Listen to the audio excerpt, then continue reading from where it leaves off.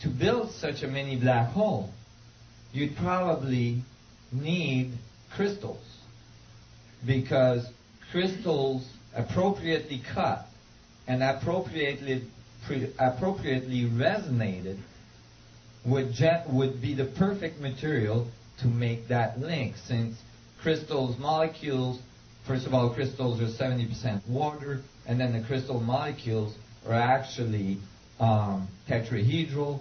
The crystal molecules are very coherent if you have good crystals, and if they were cut in the appropriate geometry of the 64 tetrahedron grid with the right gases involved, you could create those dynamics. Because of my studies of the sun gods, and because of my studies about the of ancient civilization, I had a really strong feeling that those crystals, and I'm going to tell you what it looks like right now. It's 64 tetrahedron grid inside a crystal ball. They're very small tetrahedron, and they're inside a crystal ball, and there's gases inside that ball. Okay? This is not some esoteric New Age crystal. Okay? This is highly technical, technological stuff. Okay? It's not like a raw crystal you grab from a mountain and start meditating with. Okay? Now, when I believe that many of the New Age people remember the powers of the crystals because they remember that technology. Okay? The first person that talked about Atlantis was not some psychic. The first person that talked about Atlantis was Plato. Plato is and was extremely respected. And we used most of Plato's stuff except the 3 books that he wrote about Atlantis. And when he wrote these books, in all of them he mentions that this is not some story, this is factual. And he says he got it from the high priest in Egypt. And he describes a very advanced civilization that has a source of power, which is later as well described by Edgar Cayce, has a source of power that they call a crystal of extreme luminosity, of extreme power. I believe that is the crystal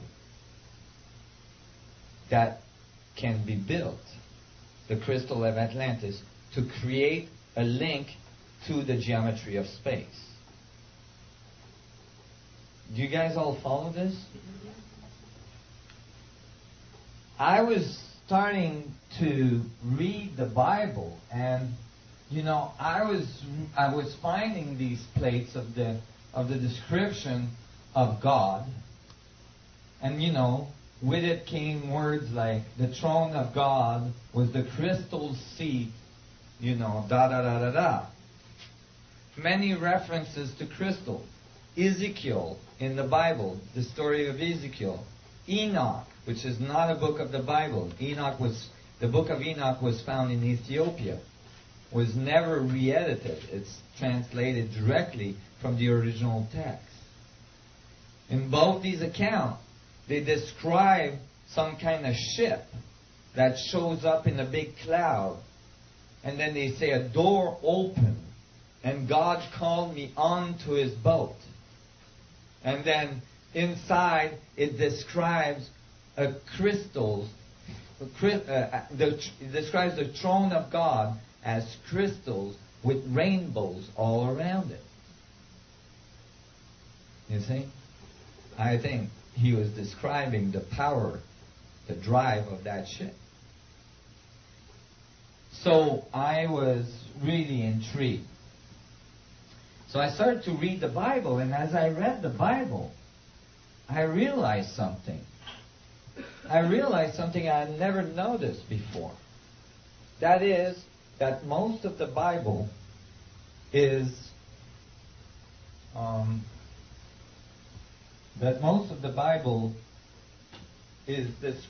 describing the Old Testament is describing I'm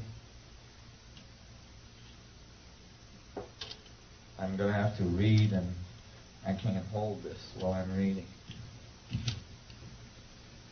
Thank you. Appreciate it. So that the Bible actually is describing something, the Old Testament anyway, is describing something that is very, very strange. When the Old Testament talks about God, it doesn't say, and God. It says, and the Ark of the Covenant of God. It turns out that the whole Old Testament is describing the comings and going of the Ark of the Covenant, except for Genesis, which describes the start. But you see, even when you read Genesis in the context of what we saw today, you find that actually it's describing something very similar to the account of Atlantis given by Plato. A civilization that develops with a very advanced technology and that allows them to live very, very long. In the Bible, there's chapters after chapters describing people living 600 and 800 years. Okay? And then eventually that society was flooded, which is what Plato said happened to Atlantis. So actually Genesis could be an account of Atlantis.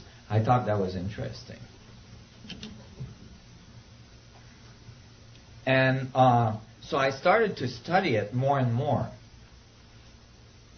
And I realized that the temples of Solomon was built for only one purpose: to host the Ark of the Covenant of God at its center. The Holy of Holy. The power of all power. The Ark. And I thought, wow, that's interesting. I didn't think that the Judaic tradition was about some object that they called the seat of God. So I was looking into it, and I was reading, and I thought, well, that's interesting, because in Genesis, it talks about the tree of knowledge. You know, Adam and Eve, and the tree of knowledge, and the apple, and so on. Well, interestingly, if you cut an apple in half, you get a double torus with a seed in the middle, which contains the possibility for a whole other apple tree, right? The singularity, which has apples and singularities and apples and singularities and so on. So I was reading that, and then I realized as well, this text, when this is in Genesis, it's 4:24. When man began to increase in number on the earth, and daughters were born to them, the sons of God, plural, sons of God, saw that the daughters of men were beautiful, and they married them, any of them, and they chose. The Nephilim were on the earth in those days. That means they were not from the earth. Okay? And also afterwards. And the sons of God went to the daughter of man and had children with them. They were the heroes of old, men of renown. So, this describes the sons of God that came to the earth, so they were not from the earth, and had children with the women of the earth. And I started to realize, wait a minute, was this planetary system seeded? You know, it started to, in anthropology, we're missing a huge link between the ancient Neanderthal and so on, and the modern Homo sapien. And that link we're missing is getting wider and wider, more and more records we get. There's new skulls that have been discovered now that makes that link even harder to make. So I started to think about it, and I'm like, that's interesting. And so I continued to read, and then I got across something really that perked my ears. It was in crossing of the sea. Exodus, that's 13:22. By day the Lord went ahead of them